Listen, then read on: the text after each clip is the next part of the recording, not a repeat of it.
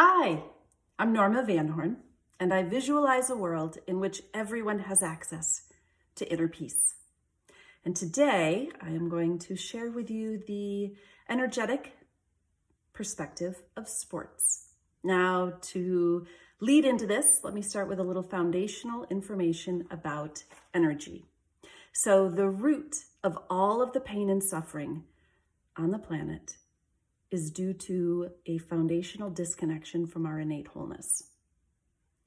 It is our disconnection from ourselves that leads to all of the pain and the suffering on the planet, and everybody else's as well.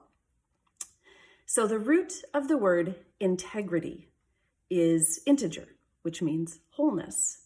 So the only reason that we ever behave in ways that are out of integrity is because we are disconnected from our wholeness. Out of integrity, out of wholeness. And when we are disconnected from our wholeness, we behave in ways that are simply trying to restore our wholeness. Because being disconnected from our wholeness hurts. And we long to be reconnected with our innate wholeness.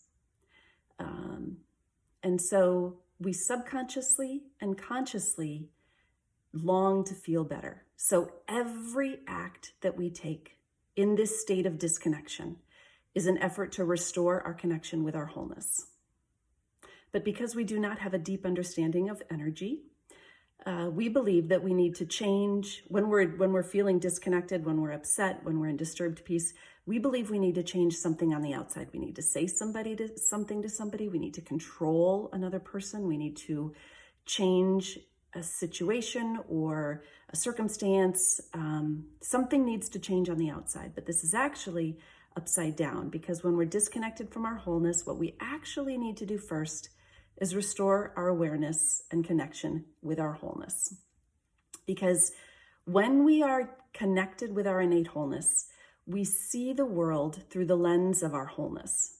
Let me repeat that. When we are connected with our wholeness, we see the world through the lens of our wholeness. And that means that we see the world with clarity, with compassion, and with curiosity, instead of with blame and judgment and control. And so in the energy world, the first act we ever take when we find ourselves in this disturbed peace, or when we're feeling out of our center, is that we restore our wholeness. We restore our awareness and our connection with our wholeness. And we do this by going inside. And there are tools to support this reconnection. And the Embodied Root Wholeness, which is a tool that I practice and use and teach, is one of those tools. But only when we are reconnected with our wholeness are we in a position to know what to do on the outside. So we go inside so that every act that we take is then a reflection of our wholeness. So let's talk for a minute about how this relates to sports.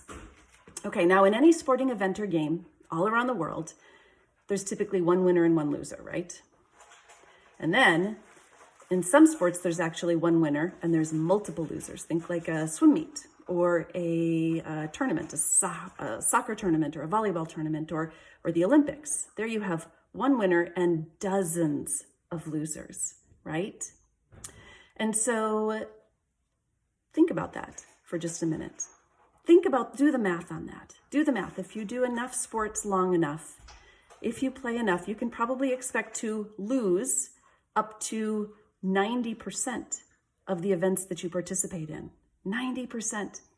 And so winning is nice, right? It feels great, but we rarely self-reflect when we have won about ourselves or anything. We're just feeling good and feeling the best, right? But we're not actually self-reflecting on anything. And in this way, sports really become about the outcome instead of the process. So statistically speaking, we cannot hang our hats on winning. So when we can expect to lose up to 90% of all events. And so who are we going to be when we lose? Who are we going to be? Are we going to let it pull our legs out from underneath us? Is it going to become a referendum on our worthiness and our value? Is it going to ruin our relationships with our teammates, with our colleagues, with ourselves? So who we are going to be when we lose is the most potent question possible in sports. So let me say this. Having goals and pursuing them with our best efforts, with our excellence matters. It's a matter of agency. And so it matters in jobs, it matters in relationships, it matters in feeling empowered in our lives. But for so many in our culture, for so much of our culture, these events become about outcomes instead of about the process.